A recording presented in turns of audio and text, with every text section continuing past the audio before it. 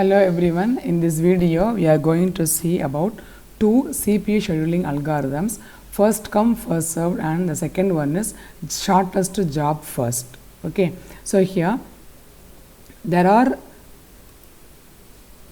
the algorithm is actually based on two different concepts. One is the first come first serve, other is the shortest job first. We have many ideas behind the algorithms. First we will see one by one, and this video will see only the two concepts. Okay, so as the name implies, what is first come first serve is actually, before that we should know what is the need of the scheduling. So we have seen in the previous videos that scheduling is used to get the efficiency in the processing, and we know that the processes are of CPU burst and IO burst. IO burst are longer, CPU burst are shorter, so naturally CPU cannot waste the time in spending waiting time for the IO. So CPU has to be used very efficiently. So in order to use the CPU service efficiently, we have some algorithms defined so that we can utilize the maximum, we have the maximum utilization of the CPU. So okay, so here the first algorithm is the first come first serve. What does it mean is, actually we submit the job in the queue. Okay, the job comes in the queue and the queue comes by one. So this is the, assume this is a queue, and the process comes in the order P1, P2 and P3. So here this algorithm is one such that, as the name implies, first come first serve. That means the process come first is P1, it will be served first. The process that comes second is P2, it will be served next, and likewise the process third will be in the third position. Okay, so this is called as a Gantt chart. The Gantt chart gives the timings of the processes burst time as well as the starting time and the ending time. So you can see here the burst time. What is the burst time is this much time the particular process need the CPU service, that is the CPU burst time. Okay, likewise process P2 needs 3 and process P3 needs 3. So now the order is here P1, P2, P3. Now our algorithm is first come first serve. So initially the time, the Gantt chart starts from the 0th position, and then this is the area for P1. So what is P1? P1 is having the burst time of 24. So it starts from the 0th time and ends with the 24th time, unit of time. That means P1 does not wait for any time, because P1 is the first process, it is immediately processed as it comes to the queue. So waiting time for P1 is equal to 0. Okay, now next the next process is P2. So P2 comes to the queue in the second position. So its burst time is 3. So we can see that the P2 came from the 24th time, and its end is in the 27th time. So 24 plus 3 is 27. So we can see that this P2 ends by 27 and starts by 24. That means P2's waiting time is 24, because it started only at the 24th second. Okay, and then next is the third process, which is P3, and it has also burst time 3. So 27 plus 3 is 30. So P3 ends by 30 and it starts by 27. That means P3 was waiting for 27 units of time. So P3 is equal to 27. So we can see that waiting time of P1 is 0, it doesn't wait for any time. Then P2 for 24, it was waiting till the P1 completes, and P3 is 27, it was waiting till P2 completes. So the waiting time is 0, 24 and 27 for the process P1, P2 and P3. So how to find the average waiting time?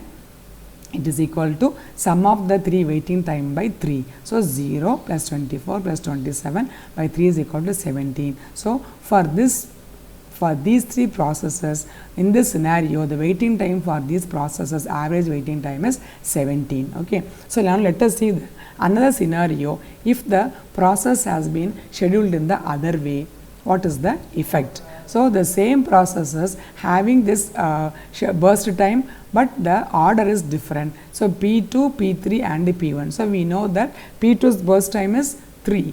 Okay, P3's burst time is 3, but P1 burst time is 24. Okay, so now here, so now this is the order of the arrival. So P2 comes first, and this is the Gantt chart for this scenario. Previously the scenario is for this order, this is the Gantt chart. Now for this Gantt chart, this is the scenario. Now here P2 starts from 0th because it came first and it is serviced first. So the burst time is 3, so P2 completes by P3. That means P2 is waiting time is 0. It is mentioned over here. P2 does not wait for any time. It is immediately processed. It is the first came process. So P2 is equal to 0.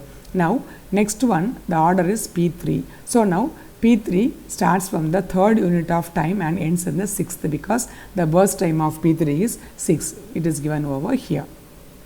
Okay, now next the order is P1. So P1 has the burst time of 24. So what it will do is it will have 24 burst time. So 6 plus 24 is equal to 30. Okay, and now here 0 plus 3 is 3, and then 3 plus 3 is 6 for the second process, which is P3, and the last process in this order is P1. So it is waiting time is, it is ending time is 30. Okay, so here we can see that both the processes ending time is 30 only because the sum is here 30. 24 plus 3 is 27 plus 3 is 30. So in both the scenario, the ending time is 30 only. Okay, you can see the scenario 0 to 30 for both the process. But what is difference of this particular arrival order is the waiting time of the processes varies. Here P2 doesn't wait for any time because the order is P2 comes first. So P2 is equal to 0. And then